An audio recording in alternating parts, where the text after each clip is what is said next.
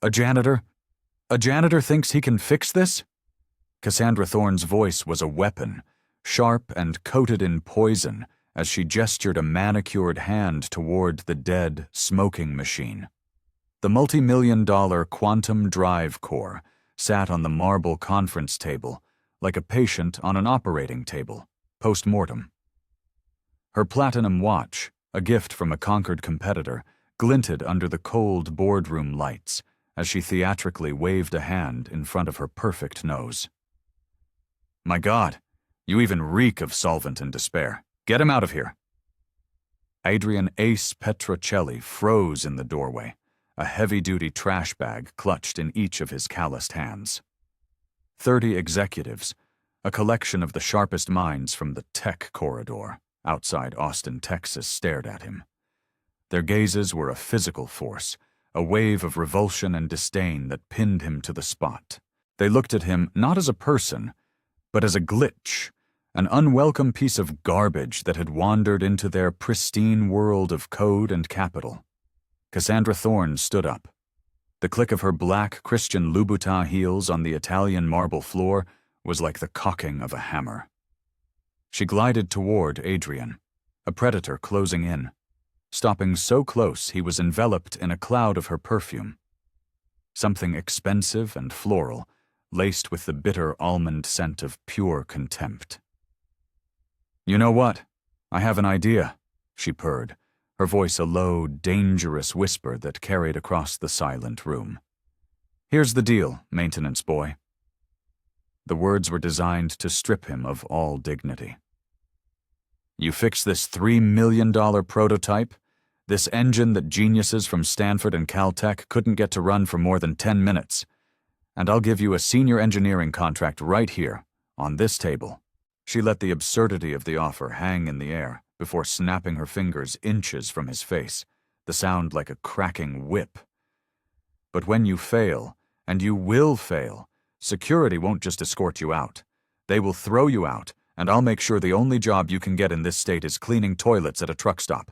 We have a deal? The room was a vacuum, all air sucked out by the sheer audacity of her cruelty.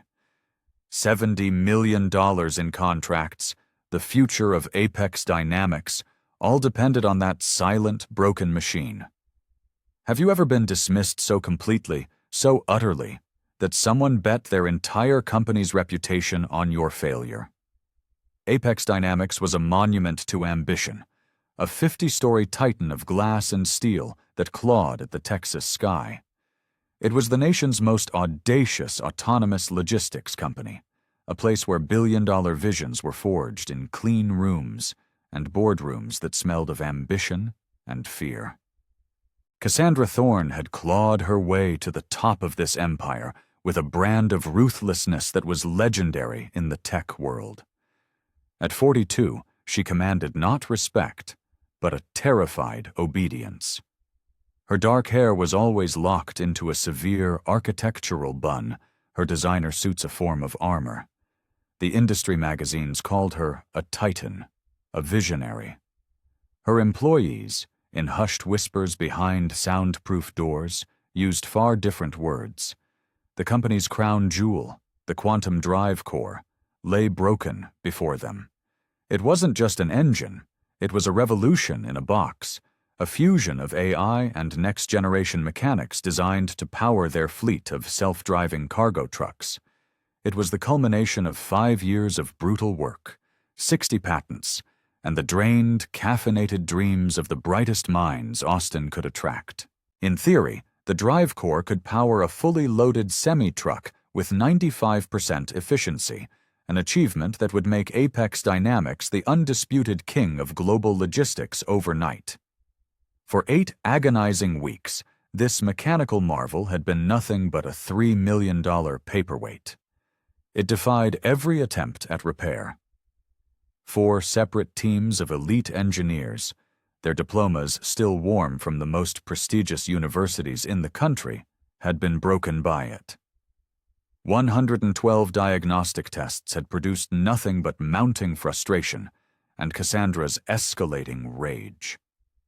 The sequence of failure was always the same: a maddeningly precise ritual. The engine would start, run for exactly 9 minutes and 47 seconds, and then, with a gut-wrenching shudder, it would overheat and shut down, flashing the same cryptic error code across every monitor. Harmonic desynchronization. Critical cascade failure. Adrian Petrocelli knew every inch of Apex Dynamics' gleaming floors. For 4 years, he'd navigated his maintenance cart, the janitor's chariot, through these halls. He was a ghost, a fixture so commonplace that executives would hold conversations straight through him, stepping around his cart as if it were a potted plant. His official title, a cruel joke from HR, was Facility Technical Analyst. But everyone knew the reality. He emptied trash cans overflowing with rejected schematics and empty energy drink cans. He mopped floors, erasing the footprints of people who earned more in an hour than he did in a week. He endured the quiet, soul-crushing humiliation of being the most overqualified janitor in the entire state of Texas. Tucked away in his small studio apartment, a framed associate's degree in mechanical engineering from Austin Community College hung on the wall. It was a monument to a life derailed, a constant, bitter reminder of the dreams he'd been forced to sacrifice on the altar of family duty. While his peers had moved on to 4-year universities and then to companies like this one, Adrian had made a choice. Or rather, life had made it for him. His mother's fight with a vicious form of multiple sclerosis came first. It always would. The experimental treatments, the ones that gave her a few good hours a day, cost $5,000 a session. Insurance, with its labyrinthine clauses, covered maybe 60%. The math was simple, brutal, and non-negotiable. His dream could wait. His mother's life could not. The crisis around the quantum drive core was a pressure cooker, and Cassandra was turning the heat up daily. Her morning briefings became screaming matches. She paced the boardroom like a caged panther, the sharp clicks of her heels a metronome counting down to disaster. 100 million. She had shrieked at the engineering team during Wednesday's meeting, her voice echoing off the glass walls. That's what we lose if this thing isn't running by Monday. $100 million that could have cemented our dominance for the next decade. The engineers, with their 6-figure salaries and 7 figures in combined student loan debt, sat in stunned silence. Their expensive laptops displayed the same mocking error code they'd been staring at for 2 months. None of their credentials mattered now. The drive core's AI, a god-tier piece of software, refused to sync with the physical components. Every time they thought they'd isolated a bug in the code, the machine would shudder, smoke, and die. The lead engineer, a Caltech prodigy named Marcus Vance, had dark circles under his eyes that no amount of concealer could hide. His team had tried everything, rewriting millions of lines of code, replacing every circuit board, even rebuilding the damn thing from scratch. They'd brought in consultants from Houston's aerospace sector and AI gurus from California. One desperate executive had even hired a feng shui master, suggesting the office's energy flow might be disrupting the machine's quantum state. Cassandra's eyes were like searchlights, sweeping the room for a target, for someone to blame. "Maybe the problem is we have too many people here who don't belong," she said, her gaze landing with surgical precision on Adrian as he quietly refilled the water carafe on the sideboard. Dead weight, people who just consume resources and don't contribute to the mission. The barb found its mark. The entire room tensed. Several engineers glanced at Adrian, their expressions a toxic cocktail of pity, embarrassment, and a sliver of resentful agreement. Sarah Chen, a brilliant coder from MIT, had been working 20-hour days.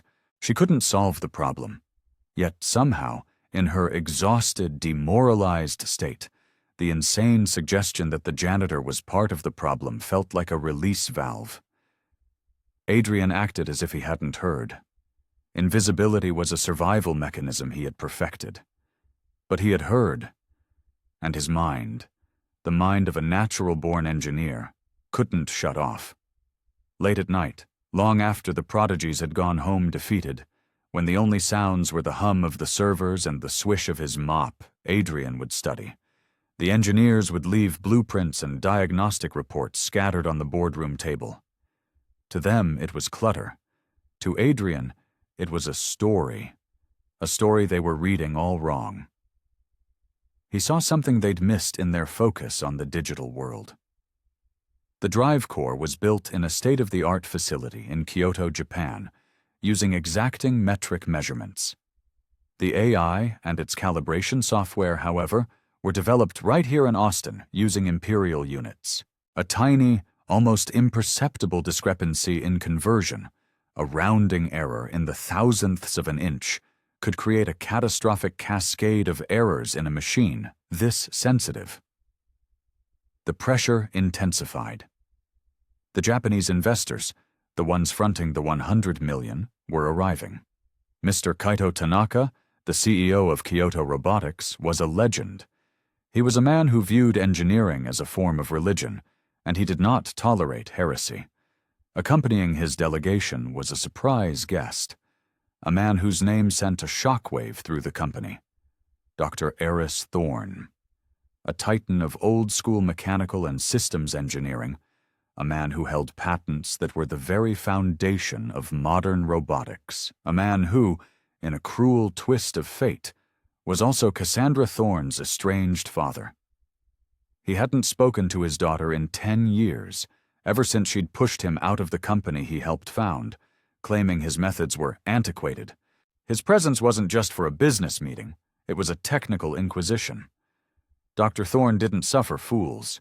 He despised corporate theatrics, and he could spot an engineering flaw from a mile away. The demonstration was set for Friday afternoon. The air in the tower was thick with a palpable dread.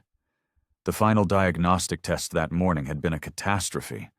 Not just a shutdown, but a violent surge that had blown 3 primary power conduits, filled the boardroom with acrid smoke, and triggered the sprinkler system. The engineers stood there, drenched and defeated, their laptops fried, their reputations in ashes. Mr. Tanaka watched with the placid, unreadable expression of a Zen master. Dr. Eris Thorne, however, watched with a flicker of something else.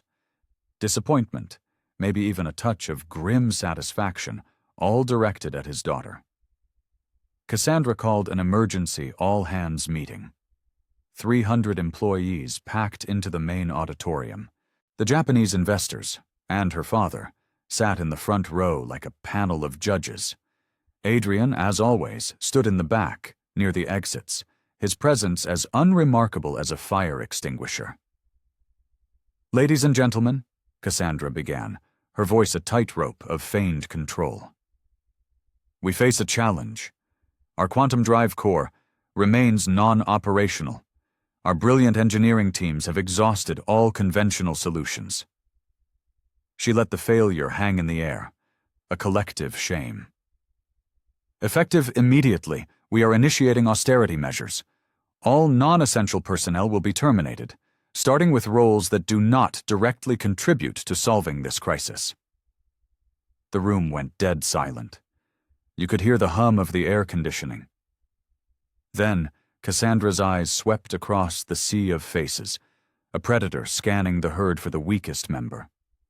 Her gaze locked onto Adrian in the back. Her lips curled into a faint, cruel smile. This was her move, a public sacrifice to appease the investors, and that's when Adrian Petrocelli made the biggest mistake, or the bravest decision, of his life. He raised his hand. "Ma'am," his voice, clear and steady, carried through the auditorium's perfect acoustics. "With all due respect, I don't think the problem is in the code. I think you've got a resonance conflict between the stator and the magnetic housing. It's a mechanical issue, not a digital one." 300 heads swiveled in unison. a field of sunflowers turning to a new, unexpected sun. The Japanese investors leaned forward. Dr. Eris Thorne slowly, deliberately, took off his glasses, his eyes, the same piercing blue as his daughter's, fixing on Adrian with a sudden, electrifying intensity. Cassandra's face was a rapid-fire slideshow of emotions. Shock, then incandescent rage, and finally settling on something far more terrifying, a predatory, world-destroying opportunity. What she didn't know, what no one in that room knew, was that Adrian Petrocelli wasn't just a janitor. He was the heir to a forgotten legacy, a keeper of secrets written not in code, but in grease and steel. The show was just getting started. The story really begins in a different part of Austin, years ago, in a cluttered garage that always smelled of motor oil, hot metal, and strong Italian coffee. This was the sanctuary of Marco Nonno Petrocelli. In 1998, the automotive world was obsessed with computer diagnostics and disposable parts, but Nonno Marco's garage on the east side was a cathedral of mechanical wisdom. At 75, he moved with the unhurried grace of a master craftsman, his gnarled hands capable of reading an engine's secrets like a blind man reading Braille. 12-year-old Adrian would spend every hour he could there, watching his grandfather perform miracles on machines that dealerships had declared dead. "Come here, ragazzo," Marco would call, not looking up from the guts of a broken-down muscle car. Time you learned something real. That garage was Adrian's true university. While other kids were playing video games, Adrian was learning the language of machines. Nonno Marco had been a master mechanic for Ferrari in Italy before coming to America, a man who could tune a V12 engine by ear. He believed machines had souls, personalities, and that they spoke to those who were patient enough to listen. "Listen," he'd say, placing Adrian's small hand on a humming engine block. "Feel that? That is the machine's heartbeat. Il cuore della macchina. It's telling you everything you need to know. The computers, they only tell you what they think they know. The heart, it never lies." His philosophy was simple, yet profound. "This engine, Adrian, it doesn't care about your diploma. It doesn't care what neighborhood you are from, or the color of your skin. It responds only to truth, to understanding. Respect the machine, and it will respect you." Marco taught Adrian to diagnose problems by sound, by vibration, even by smell. A subtle whine could indicate a failing bearing. A slightly sweet scent in the exhaust might mean a coolant leak. These were skills passed down through generations, an intuitive, sensory art that was being lost to a world of plug-in scanners and error codes. The lessons were about more than just mechanics. They were about life. "People will underestimate you, ragazzo. They will look at your hands, dirty with grease, and they will think you are simple. But when you fix what their expensive computers cannot, when you make the heart beat again, then they will see." By 17, Adrian could rebuild a transmission blindfolded. He understood the intricate ballet of pistons and valves in a way that defied his age. His high school physics teacher was astounded by his intuitive grasp of thermodynamics. He was accepted into the engineering program at the University of Texas, his future a bright, clear highway. But life has a way of throwing up roadblocks. Nonno Marco passed away a month before Adrian's high school graduation. A sudden heart attack while he was, fittingly, under the hood of an old Alfa Romeo. The funeral was a testament to his legacy, filled with people whose lives he had touched, whose cars he had resurrected. The garage, a place of magic for Adrian, was sold to pay off debts. The tools, each one a sacred relic, were scattered.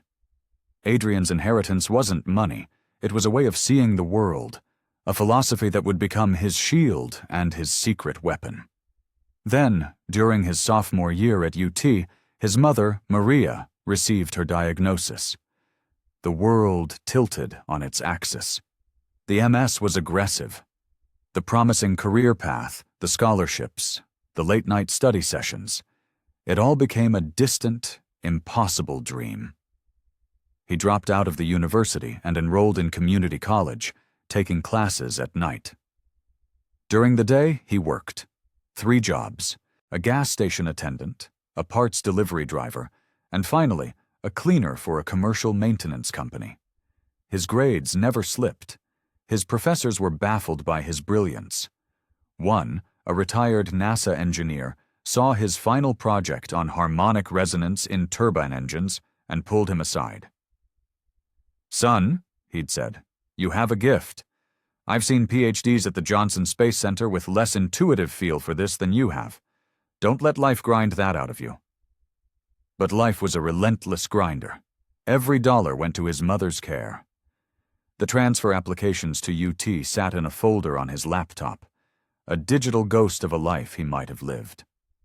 When the contract to clean the new Apex Dynamics tower came up, the pay was better than his other jobs combined. The title, Facility Technical Analyst, was a bitter pill, but it paid for the medicine that allowed his mother to live with dignity. So for 4 years, he polished floors and emptied trash in the very building where he should have been designing and innovating. He walked among his peers, unseen, underestimated, a ghost in the machine. But he never stopped learning. Every night, fueled by cheap coffee, he read engineering journals online, took free courses from MIT, and studied the schematics he rescued from the trash. In his mind, he was still an engineer. In his heart, he still carried his nono's wisdom. Now standing in the vast auditorium, facing 300 stunned faces and the predatory glare of Cassandra Thorne, Adrian felt his grandfather's presence. It was a warmth on his shoulder, a steadying hand. This broken quantum drive core wasn't so different from that old muscle car in the garage. It was a machine with a broken heart. It just needed someone to listen. The silence in the auditorium was a living thing, a coiled snake of tension. Cassandra Thorne stood at the podium, a statue of rage. She had intended to make an example of a low-level employee to project strength. Instead, the janitor had challenged the very foundation of her company's expertise in front of the 2 men on Earth she least wanted to appear weak before: her estranged, genius father and the Japanese investor who held her company's future in his hands. Mr. Tanaka leaned forward, a flicker of genuine interest in his eyes. Beside him, Dr. Eris Thorne slowly put his glasses back on, studying Adrian not as a janitor, but as an interesting variable in a complex equation. This was a deviation from the expected, and deviations were where discoveries were made. Cassandra's mind was a supercomputer running 1,000,000 disastrous scenarios. She could shut him down, have security drag him out, and try to salvage the situation.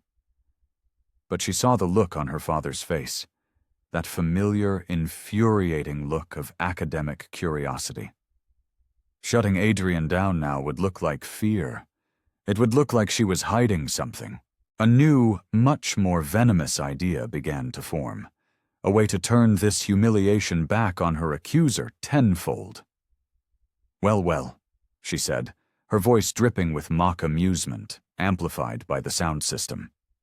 "It seems our facility technical analyst has a theory." She savored the ridiculous job title, letting it hang in the air to emphasize the absurdity. Adrian Petrocelli, the man who scrubs our toilets, thinks he understands a problem that has baffled a team of Caltech's finest for 2 months. A wave of nervous, sycophantic laughter rippled through the middle management ranks. The engineers, however, were not laughing. They shifted uncomfortably. This had ceased to be a meeting and was now a public execution. Dr. Thorne's face remained impassive, but his focus was entirely on Adrian, a silent observer gathering data. "Since you are so confident," Cassandra continued, stepping away from the podium and pacing the stage like a trial lawyer. "I'm going to give you a chance to prove it. In fact, I'm going to give you the opportunity of a lifetime." She gestured grandly toward the front row. "Mr. Tanaka, Dr. Thorne, and the rest of our esteemed guests from Kyoto Robotics came here to see Texan innovation in action. Let's not disappoint them. Let's give them a show." Mr. Tanaka's expression did not change, but his aide began typing furiously on a tablet. What was happening now was more telling than any polished PowerPoint presentation. This was a real-time test of a company's culture and problem-solving ability under extreme pressure. Cassandra's voice dropped to a conspiratorial whisper, a sound that was somehow more menacing when amplified throughout the silent hall. "Here are the terms, Adrian. We will all proceed to the main boardroom. You will have exactly 1 hour, 60 minutes, to diagnose and permanently repair the quantum drive core in front of all of us." She smiled, a flash of white teeth. "If you succeed, and let's be honest, the chances of that are laughable, I will personally tear up my offer of a senior engineering contract. I will make you the chief of R&D for the entire quantum drive division." The entire auditorium gasped. Chief of R&D. It was a multi-million-dollar position, one of the most powerful roles in the company. It was a ludicrous, impossible offer. "But," her voice boomed, "when you fail, you're not just fired.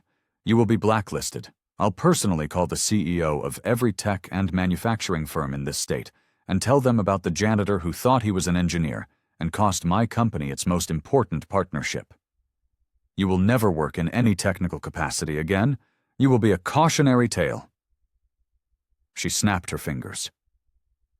2 burly security guards, men built like refrigerators, moved to flank the auditorium doors. The message was clear. There was no escape. This was it. The moment of truth. "Okay, the stage is set for the most insane corporate showdown in history.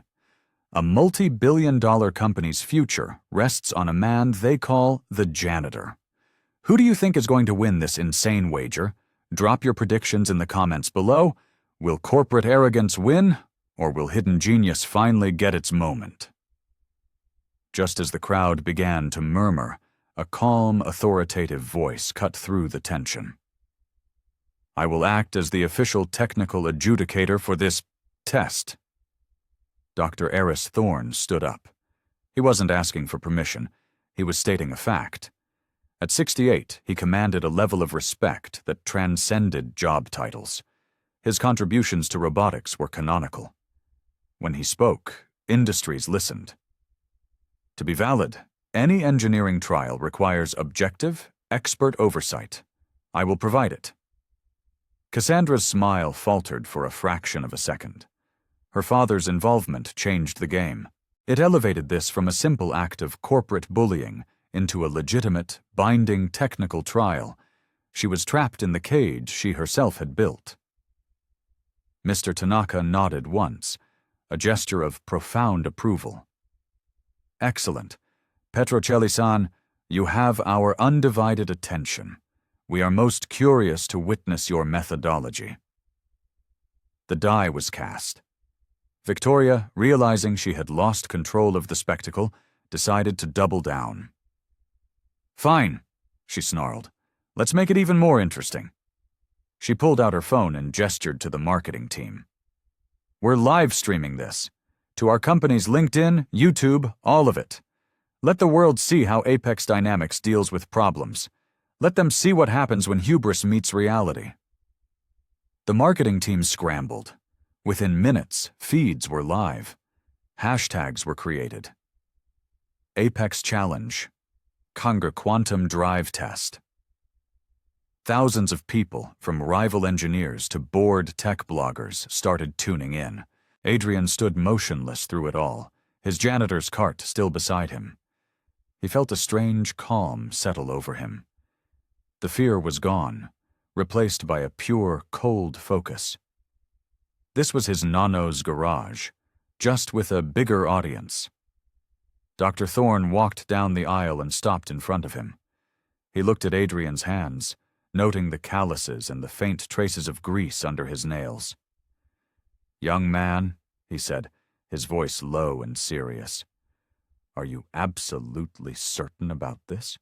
There is no shame in backing down from an impossible position." Adrian met his gaze, and for the first time that day, he allowed himself a small, confident smile.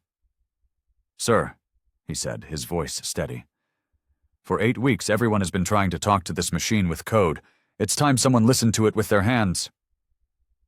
Dr. Thorne held his gaze for a long moment, then nodded slowly. Something in the young man's demeanor, a quiet confidence born not of arrogance, but of deep, intuitive knowledge, resonated with him. "Very well," he said, turning to the assembly. "Let us proceed." The migration to the executive boardroom felt like a procession. The Quantum Drive Corps was waiting, a silent judge ready to deliver its verdict. 60 minutes on the clock. A lifetime of being underestimated was about to be put to the test, live, for the entire world to see. The boardroom was no longer a place of business. It was a gladiatorial arena. The 30 executives and the Japanese delegation took seats around the perimeter, a silent jury. Hundreds of other employees pressed their faces against the floor-to-ceiling glass walls, their smartphones held up, recording. The live-stream viewer count was already rocketing past 50,000.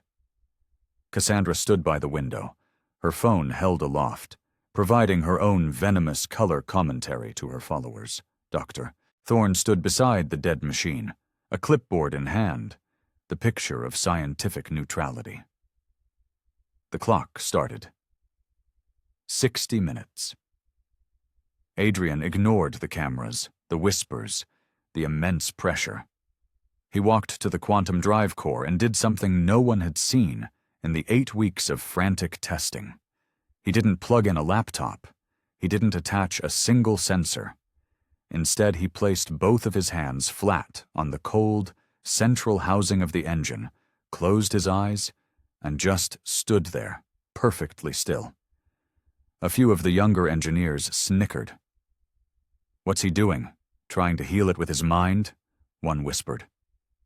Cassandra's live commentary was scathing. "As you can see, our janitor's first move is a moment of silent prayer, a bold, if unscientific, strategy." But Dr. Thorne watched, fascinated. He recognized the gesture. It was the first thing a true master mechanic did. They listened. They felt for the subtle imperfections, the minute tensions in the metal that no sensor could detect. After a full minute of absolute stillness, Adrian opened his eyes. There was a new clarity in them, a certainty. "The AI is not the problem," he said, his voice clear and confident. "The AI is a genius. It's doing exactly what it's supposed to do. The problem is, it's trying to conduct a symphony where half the instruments were made in Japan and the other half were programmed in Texas." He looked directly at Mr. Tanaka. "Sir, your components are manufactured in Kyoto to the highest possible standard, using metric specifications, correct? Down to the micron?" Mr. Tanaka, startled to be addressed directly, nodded.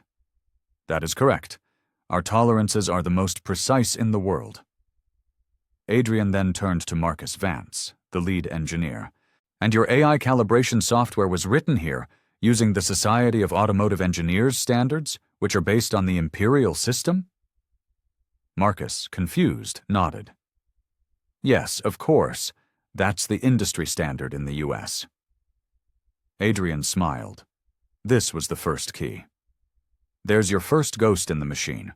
Your software is trying to make micro-adjustments in thousandths of an inch to components that were machined to perfection in hundredths of a millimeter. The conversion protocols have a rounding error. It's tiny, almost non-existent. But at 10,000 RPM, that tiny error creates a vibration, a wobble, a harmonic desynchronization."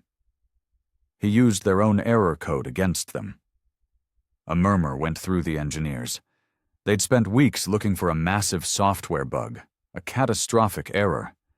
They never considered that the problem was a death by 1,000 tiny, mathematically insignificant paper cuts. "Dr. Thorne," Adrian said, his voice respectful but firm. "Permission to start the engine for a short diagnostic." Dr. Thorne nodded. "Proceed." Adrian initiated the startup sequence. The drive core whirred to life, quickly escalating to a high-pitched hum. To everyone else, it sounded like it always did before it failed. But Adrian tilted his head, listening intently. "Hear that?" he called out over the noise. "Right at 4,500 RPM. There's a slight whine. It sounds like a bearing, but it's not. It's the sound of the AI's predictive algorithm fighting with the physical reality of the rotor's spin. The AI expects the rotor to be at one position, but because of the tolerance discrepancy, it's off by less than a single micron. The AI tries to correct, overcorrects, and introduces a vibration." He pointed to an oscilloscope screen that showed a chaotic wave pattern. "You've been looking at that as electrical noise. It's not. It's a mechanical scream, translated into data." "Dr." Thorne stared at the screen, then at Adrian, his eyes wide with dawning comprehension. "My God," he whispered, "a resonance cascade. The vibration is so small at first, but it compounds with every rotation." "Exactly," Adrian affirmed. "It runs for 9 minutes and 47 seconds because that's precisely how long it takes for that tiny, compounding vibration to reach a critical frequency where it violently shakes the core components, triggers the thermal sensors, and forces an emergency shutdown." He powered the engine down. He then walked to the scattered blueprints, brushing aside the engineers' laptops. He spread the Japanese schematics next to the American software integration plans. His finger, calloused and sure, traced a line. "Here, the primary drive shaft, machined in Kyoto to be exactly 90 millimeters. The AI calibration software, after conversion from inches, has it logged as 89.98 millimeters, a difference of 0.02 of a millimeter." Marcus Vance paled. That's within standard tolerance." "Not for this machine," Adrian countered. "This machine is a Stradivarius violin. Your software is trying to play it like a cheap guitar. The Japanese components are too perfect for the American software's assumptions." On the live stream, the comment section was exploding. Engineers from Boeing, NASA, and Tesla were frantically typing, debating resonance frequencies and conversion tolerance. Adrian Petrocelli was no longer a janitor. He was giving a masterclass in systems integration to a global audience. "So," Cassandra's voice was strained, tight with a dawning horror, "how do you propose we fix it? Remachine the entire core? Rewrite 2 million lines of code? We don't have time for that."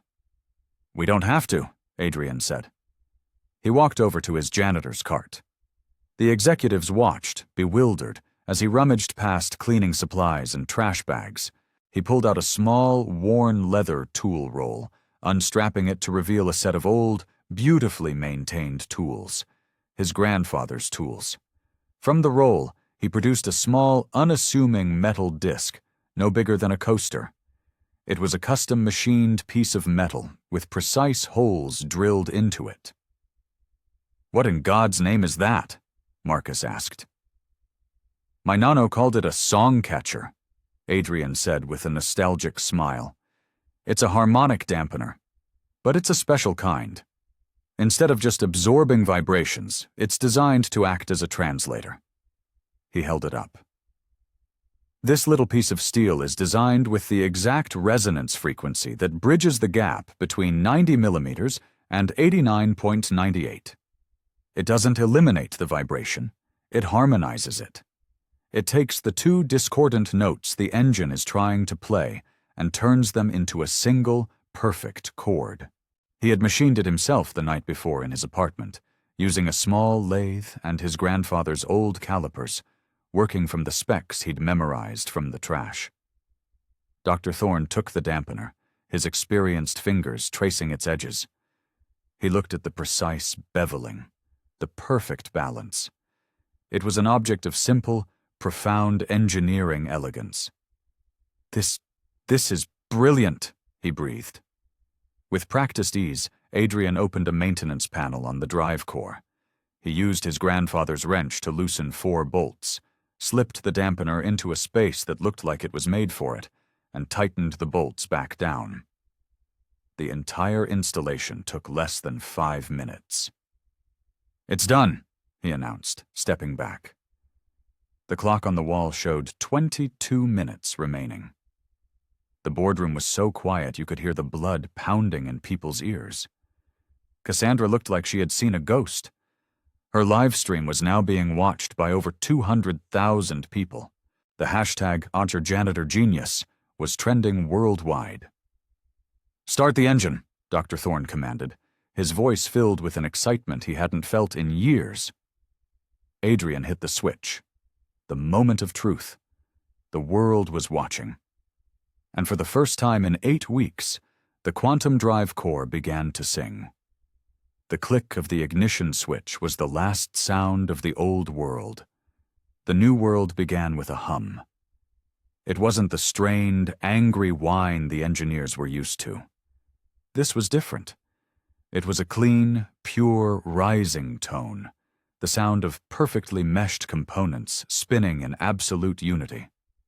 The deep, resonant purr filled the room, a mechanical symphony where every part played in concert. The harsh, shuddering vibration that had always signaled impending failure was simply gone. In its place was a smooth, powerful thrum that vibrated up through the soles of their shoes, a feeling of immense, controlled power. Adrian stood with his hand on the core's housing, a faint smile on his face. He could feel it. The heart was beating strong. The soul was at peace. Every eye in the room darted to the diagnostic screens, where before there had been a riot of red error messages and chaotic wave patterns, there was now a sea of tranquil green. Every metric was perfect. Temperature, stable. Oil pressure, perfect. Energy output, stable. The oscilloscope, which had once shown the jagged peaks of a machine tearing itself apart, now displayed a single, beautiful, perfect sine wave. "My God," Marcus Vance whispered, staring at the data. "Efficiency is at 98.7%. That's theoretically impossible. It's 3% higher than the maximum spec." Mr. Tanaka rose from his chair, his usual stoicism completely gone, replaced by a look of childlike wonder. He approached the machine as if it were a religious shrine, speaking in rapid-fire Japanese to his astonished aides. Dr. Thorne was moving between the monitors, verifying the data, a massive grin spreading across his face. "In all my years," he announced to the room, "I have never seen performance metrics this flawless. Not at MIT, not at NASA, never."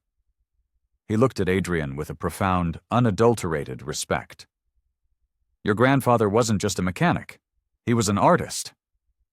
The real test, however, was time. The dreaded 9-minute, 47-second mark approached. The entire room collectively held its breath. The timer on the main screen ticked past 9:46, 9:47, 9:48, 10 minutes, 15, 20. The engine never faltered. It just kept running, a testament to a truth that had been ignored for months. Cassandra, her face a pale mask of disbelief, finally spoke, her voice thin and reedy. "It proves nothing. Running on a test bench is one thing. Can it handle a real-world load?" From the boardroom window, they could all see the company's flagship autonomous truck sitting dormant in the courtyard, a high-tech beast of burden that had been useless for 2 months. Adrian simply nodded. "Let's wake it up." With a few keystrokes, the power from the quantum drive core was routed to the truck. A river of pure, stable energy flowed into its systems. All at once, the truck's array of lights flickered to life. Its complex sensor arrays began to whir and pivot. The crowd of employees outside let out a spontaneous cheer. Inside the truck's cabin, the dashboard, once dark, lit up like a Christmas tree, every system reporting optimal status. Then, With a silent, ghostly grace, the massive 18-wheeler began to move. It pulled out of its parking spot with eerie precision, its wheels turning without a single command from a human driver. It flawlessly navigated the courtyard, stopping for a simulated pedestrian crossing, and then executed a perfect three-point turn, a maneuver that would challenge an experienced human driver. It was more than a test.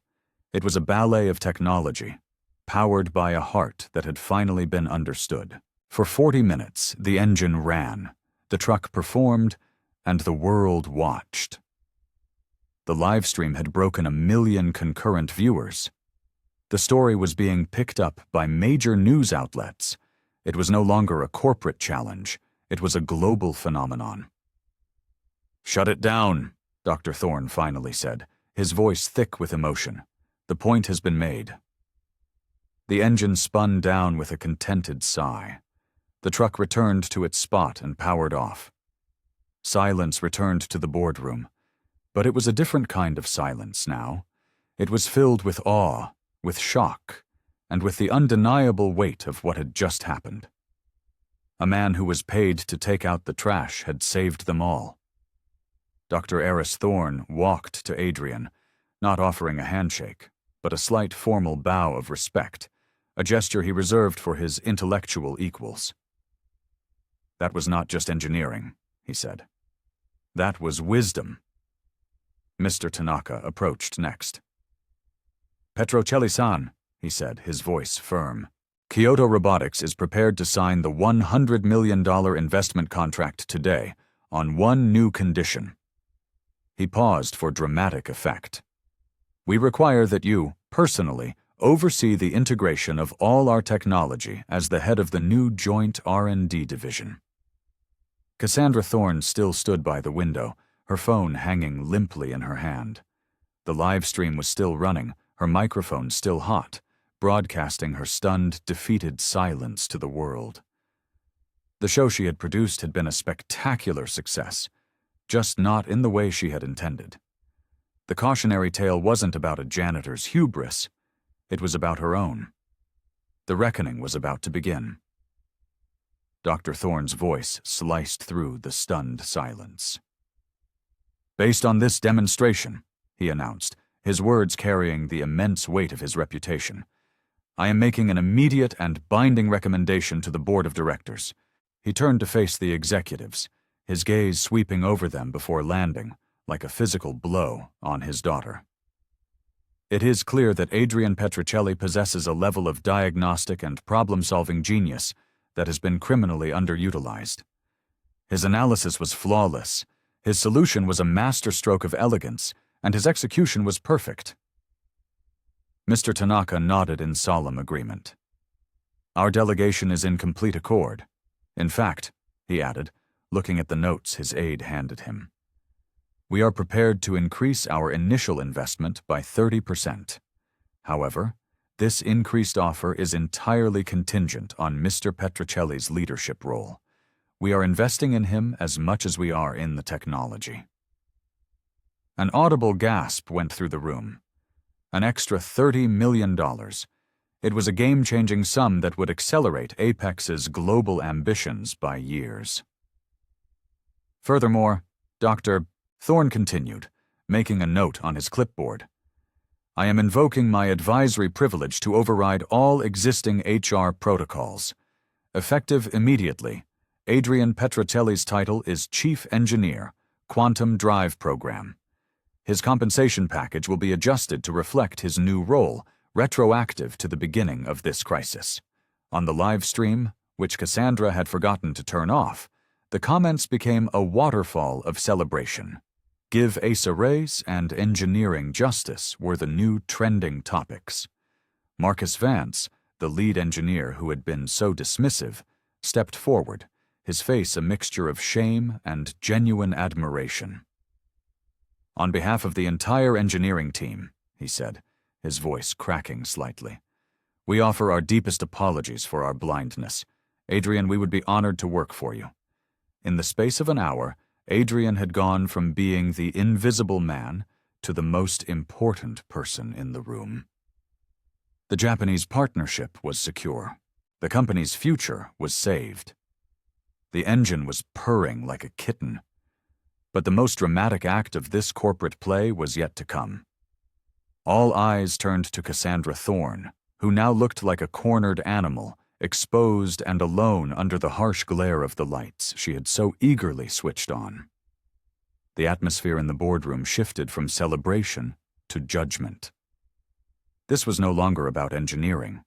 It was about accountability. A board member, a formidable woman named Patricia Vance, who had been watching the proceedings remotely, suddenly appeared on the main video screen. "The board's governance committee is convening an emergency session in 1 hour," she announced, her voice cold as ice. "The first item on the agenda will be a full review of executive leadership and workplace environment at Apex Dynamics. Dr. Thorne, we will require your detailed testimony." The message was unmistakable. The Queen was about to be deposed. The investigation was swift and brutal. Cassandra's own livestream was Exhibit A. Her history of emails, where she referred to Adrian as the cleaning guy and mocked him to other executives, was a damning indictment. The HR director who had enabled her behavior was fired before the day was out. 2 weeks later, the verdict came down. Cassandra Thorne was removed as CEO. In a move of calculated irony, the board didn't fire her. Instead, they demoted her to a newly created position: Vice President of Interdepartmental Synergy, a powerless role in a forgotten corner of the building. Her salary was slashed, her stock options were frozen, and her decision-making authority was completely revoked. She was a ghost in her own empire, forced to walk the halls every day and witness the positive changes being implemented in the wake of her disastrous reign.